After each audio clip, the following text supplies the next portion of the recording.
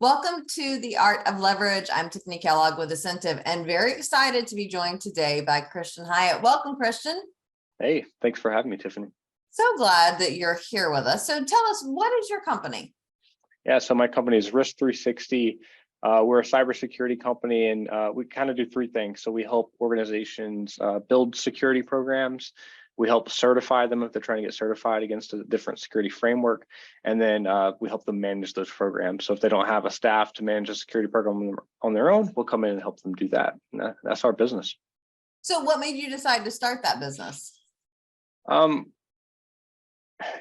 think I've always wanted to start a business. So part of what I've been thinking about is like, where did that come from? And if you would ask me, so my business is 7 years old. If you would ask me before that, I didn't care if it was a coffee shop, if it was a restaurant, if it was a landscaping business. I just always wanted to start a business. And I think it's from having a family that were always scrappy and starting businesses themselves. So I'm a first generation college grad. Neither one of my parents even graduated high school. But what my dad, granddad, grandma always did was have little companies. So my dad and granddad had a landscaping business. My grandmother owned a motel off a lake in Alabama. And I think just growing up, seeing them do that, it kind of planted a seed in my head that was something I could do and it would be fulfilling. So I started my career in consulting, a big consulting company. A mentor told me to go get my MBA. I took that advice. In the MBA, I met my business partner, who is also named Christian, and we sat next to each other because of that reason. I saw his name tag said Christian. It's an easy icebreaker. Sat next to him. We call him CW during class, and then we spent the next 2 years really just thinking about how to start a business, because we just hit it off and eventually launched it. And now I think our goal is to hopefully shape the marketplace, build other leaders, create opportunities for our clients and for the people who join our team. And it's kind of my reasons for keeping the business going have evolved, but that's probably some of why I started that business. Gotcha. And there's tons of businesses. I get it. I remember when I first was starting my first business, I'm like, here's 3 things that I thought about getting into, none of which I'm doing now. But I was there with you. It's like, okay, I know I want a business. What is it going to be? Yeah. Why this business? Why this industry? Why this field? What's your passion behind it? Yeah. So there's a couple of reasons. Some of them are just pure logic. Some of them are because of my passion. So like as a business owner, one of there's things you can control and there's things you can't control. One of the things that you cannot control is the size, growth, shape of the marketplace of what you serve. So the only thing you can do as an entrepreneur is you can choose a great market to try to do business in. And when I kind of looked at the landscape, one, I had cybersecurity expertise because that was part of what I was doing in the consulting space. So I had some familiarity with it. 2 is I look at the size of the marketplace. You're talking about a $10 trillion criminal marketplace, about a $300 billion marketplace that corporations are spending money on. Those it's growing year over year at a pace that's almost unbelievable. And I had an expertise in that. So I feel like it was a great place to plant a flag, to build a great business in, and to make a huge impact on a problem that might be the problem of our time in terms of, everyone's aware of the data breaches. Everybody's pretty aware of the privacy implications of social media and technology and AI. And it felt like a great place to make a huge impact on businesses, on the economy, on the lives of people, and also just as a fiduciary of a business, it's a great market.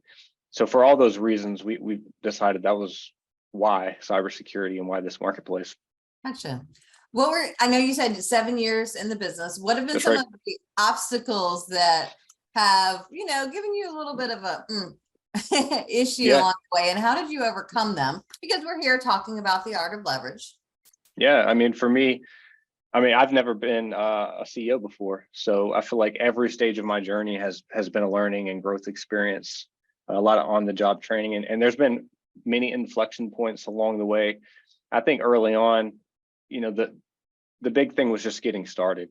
It was trying to be disciplined, taking all sorts of different types of consulting gigs to get my company off the ground, working extra. So a lot of it was working in the business, just trying to generate revenue and wearing a lot of hats. And that's what it took to be an entrepreneur at that juncture. About 2 years in, we started growing a team. And I think a leader's span of control is about 6 individuals. After that, you have to lead through other leaders. So rapidly, our company became me and my business partner doing all the work, doing all the jobs, wearing all the hats, to now we're managing a small team and I have to put on a different hat and be a good manager and help lead. And then the inflection point was I don't have to lead, I actually have to lead through other leaders who have teams of their own. And those were brand new, unexpected inflection points where I had to really level up my leadership game. Not only do I have to be an expert on product and packaging and think about how to bring things to market and execute the work myself, but I had to communicate a vision through other leaders so they understood the intent and could go execute. And that has really been an unexpected challenge along the way in terms of my own leadership growth. Those are the best kind of challenges because we were very fortunate in terms of had lots of growth, were able to land clients, had good cash flow. I have colleagues that had those types of issues that are different challenges, but ours were really like, how do we scale this business along the way while serving clients, finding great products to offer the marketplace and leading through others. And for myself, I mean, a lot of sleepless nights, just trying to set the bar for myself and live up to those expectations I have for myself as a leader, and surrounding myself with other great leaders to try to get that education. So those are some of the little inflection points for me. Gotcha. Now, I know your company does so much, and cybersecurity is a huge, what is that all included? What would you say are some of your maybe 2 or 3 top things that you do for your clients to help them? Yeah. So who do we serve? So who's the who behind the services? So that might help answer some of this. So Okay. we largely serve large tech companies. And so we don't do any small businesses, mom and pops. They're pretty much all large tech companies, B2B SaaS type of companies. And what's happening with those organizations is, let's say you're a software company, Inc., and you want to do business with Bank of America. Well, Bank of America says, I'm not doing business with you unless I'm pretty darn confident that you have a pretty good security program in place. So software company says, well, that probably means I need to get security certifications. I probably need to level up my own security program. I need playbooks to do that. I don't even know where to start. So they'll often Google search or look for YouTube videos or whatever, ask a friend, and they'll find Risk3sixty because we have a lot of thought leadership out there. And what we've done is we've put together a team, we've put together playbooks. We also have a platform, a SaaS platform that organizations can purchase that help them build that program out. So tech company can come to us, and if they have certification goals, they have goals to build security programs, or they just need a whole team that can come in and do it for them, we can do that for them. And the reason that they're so ready to do business is, one, they understand the risk. They're like, okay, cybersecurity is a pretty big deal. If I have a breach, it's going to wreck my company's reputation. Yeah. 2, Bank of America has a big contract they're dangling in front of them saying, hey, I'm ready to do business with you, but I need to know that you have a good cybersecurity program so you don't put my users at risk. So there's always some urgency there. So that's really what we do for the marketplace. And there's other people who do that, but the way that we do it best is we've really assembled a top-notch team, like a really, really good specialized team. We've built these playbooks that we've been using for the last 7 years. So like step A to Z on how to do this that we follow religiously, and that platform piece of it, where it's not all Excel spreadsheets and Word documents, there's a platform behind it. So that took 7 years to create that whole ecosystem. But now when we go to market, it truly is a unique kind of offering compared to competitors in the marketplace that add a lot of value to our clients. Gotcha. So in addition to people going online and searching for you, how else do you find your clients? Yeah, so business development. I think early in our journey, so if you're like a brand new entrepreneur, you're like, well, how do I get business? I can't even point to how we did it. We did everything. So it was, I was hitting people on LinkedIn. I was asking around. I was having coffees with people. I was writing blog posts. And things came from a little bit of everywhere. It was just a whole lot of hustle, and some things working out. Most of it was word of mouth. We had when I started the business, we had one client. They're still a client 7 years later. I remember at one point they told a friend and they became a client. So early on, it was just being scrappy. What we've done over the last 3 years, we hired a head of marketing. We have a chief revenue officer now. We've built systems where we can kind of predict, inputs equal outputs. Predominantly how we get business now is a philosophy of just giving back first. And what I mean by that is like out teaching and out educating the marketplace. So we have a lot of YouTube videos where we're talking about different security problems and security frameworks, a lot of white papers. I speak at conferences a pretty good bit. I also do Vistage CEO groups. I'll speak to those groups. And I think that all of that combined makes us reputable to the marketplace. people kind of respect us because we're giving out information first, or they're just looking for that information, so they're using it for education, and later maybe they want to do business with us. And then also still like friends telling friends kind of thing. So that's how we get the most of our business today, is through that kind of content-based marketing plan. Gotcha. So we've talked a little bit about why and the past. What's the future look like? What do you see as a vision for the next 5-10 years? Yeah, so one, I think the marketplace, I mean, this is just an incredible marketplace to do business in. Pretty much anything tech related, there is a cybersecurity spin to it. So right now, everyone's tracking AI, for example. There's some incredible opportunities there, but with new opportunities comes new risk. And part of those risks are cybersecurity. Everyone's in the cloud, so you're using AWS or Google or whatever you're using. So that has different implications for cybersecurity. Another big trend is everyone's using a software product. So maybe you're using a project management tool or an accounting software, but it's all cloud-based. So all of these emerging trends, all of this data creation, all of this emphasis on privacy and everything is creating a really unique ecosystem for cybersecurity and unique cybersecurity risk for businesses of all sizes. So I think in the future, bigger problem, more important problem, we're there to solve it. So that's kind of where the marketplace is. For Risk3sixty in particular, we have a track record of doubling our company about every 2 years. So we're kind of on a hyper growth trajectory. And I think that we'll continue to do that. Our main focus areas is the products that I described, the services that we provide, and also our SaaS platform. So we have that platform we're trying to make better, build more automations. We're integrating AI into it, build playbooks so companies can use that. And then the other thing is just building a great leadership team. At the end of the day, it's all about people. I think we have an extremely good executive leadership team, and we're all just trying to level up our game to lead more successfully through others and empower the next level of leadership. We have a leadership development program called the Journeyman Program, where every year we take a batch of emerging leaders, take them through a 6-month cohort, and try to give them the skills to lead. I'm really excited about that. We actually just started that. We just graduated our first batch. So I think those are some of the things that's going to enable us to kind of grow as an organization and get to the next level. Awesome. So we've talked a little bit about work. I'm also about the fun, because work hard, play hard. So what do you like to do for fun? So a couple of different things. One, my wife and I are about to have our 3rd child. Oh. So we're going to go from man-to-man coverage to zone defense. So very excited about that. We have a girl, a boy, and our latest one will be a girl. How old are they? So I have a 10-year-old, a 6-year-old, and then we'll have a newborn here. Oh, so the 10-year-old's about, at least when I was 10, I was babysitting. So the 10-year-old's about, they can help a little bit, huh? Absolutely. She's already very helpful. She's excited. She's that's the key, is she's excited about it. So I think she's looking forward to those responsibilities and helping out. So we have that going on. So obviously my life is, work and family. I spend a whole lot of time with family.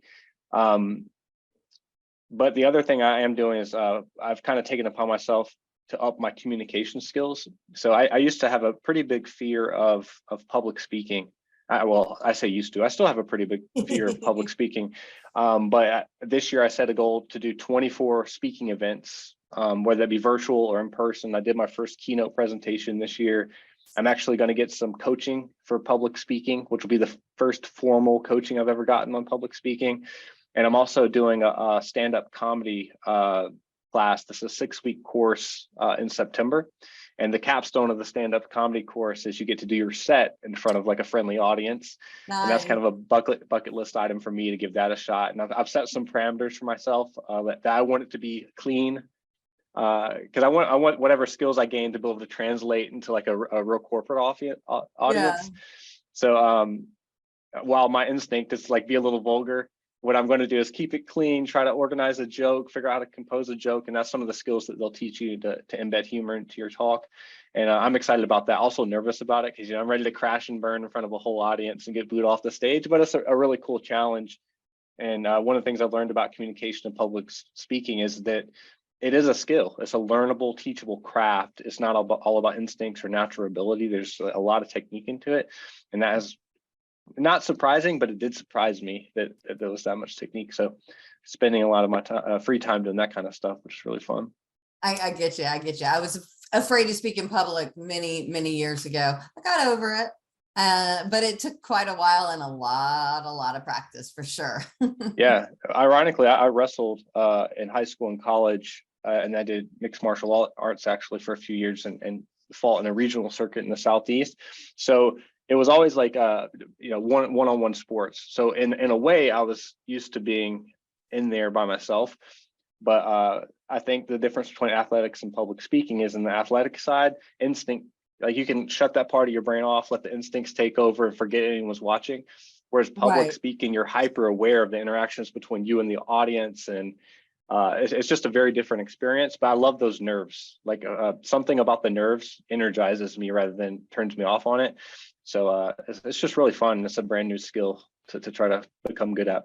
Well, congratulations on that. I'm still, continuing to work. I think it's an amazing thing that I wish we spent a little bit more time in school. We're afraid of public speaking, but maybe if we made it less painful, it'd be easier for us. I totally agree. My daughter thinks I'm a celebrity because one, we do like webinars and we'll put them on YouTube for everyone to see. So she's seen that I have videos on YouTube, and then she's also seen me like preparing a speech, and I tell her there's an audience for it. She's like, "Who is this guy? Are you famous?" And I'm like, "No, trust me, I'm not famous. Anyone can be on YouTube."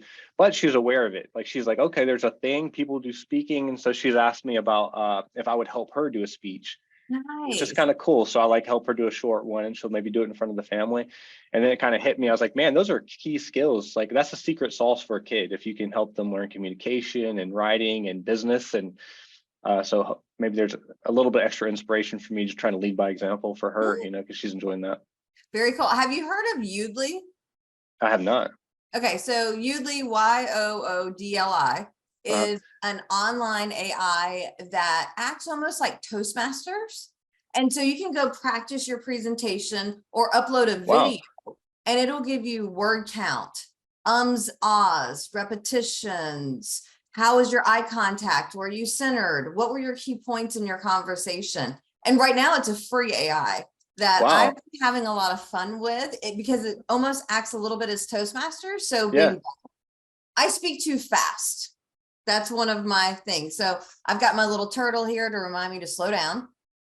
I naturally speak about 180 to 190 words a minute, which is much faster. 160, 170 is like my goal. So I'm like, okay, let me slow down. So it's been a fun technology to play around with, and it gives you all kinds of feedback and counts. Awesome. It also counts non-inclusive words, because sometimes I will say, what was the word I was just thinking of that I say? Crap. Because my goal is my brand is PG-13. I don't want to get too vulgar as well, kind of like that. So it watches out for those kind of things there. So it's fun. It's free right now. Don't know how long it will be, but for now, it's just amazing, man. There's AI. I'm just so impressed with how that's taken over the marketplace and like all the different use cases. It's really exciting. Yeah. To see that. So that's cool. Thank you for sharing that. That's awesome. Yeah.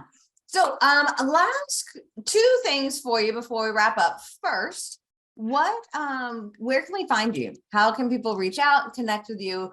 I know you mentioned you had a bunch of content out there. Where can we go for it? Yeah, I think the best place to connect with me is LinkedIn. So if you just go to LinkedIn, you look up Christian Hyatt, you'll find me. I put out content almost every day, except for the weekend pretty much. But we do lots of webinars. So if you're into cybersecurity or entrepreneurship or business, we're often putting stuff out around that. And also, like if I'm on a podcast or anything else like that, I'll try to put it up there. So if you're interested in connecting with me, check me out on LinkedIn. I love to connect and see what everyone's doing. And if you need cybersecurity help, just go to risk3sixty.com or Google Risk360 and you can see what we're doing. And that's risk, the word RISK with the number 3 and then spelled out 60. That's right. That's it. Thank you. Love it. Love it. So the last question I have before we wrap today, what's new and exciting coming up for you? So we're working on a really big product release for our platform that I'm very excited about. We have a platform called Phalanx GRC. And over the last 5 years or so, that platform has really been enabling us to do our own work. So again, rather than doing Excel spreadsheets or something like that, we built a platform to enable ourselves. Along the way, our customers have interacted with that platform and used it with us and started asking, do you guys sell that as a standalone? So last year we did a big push to make it where we could sell it as a standalone. We have a lot of customers using that.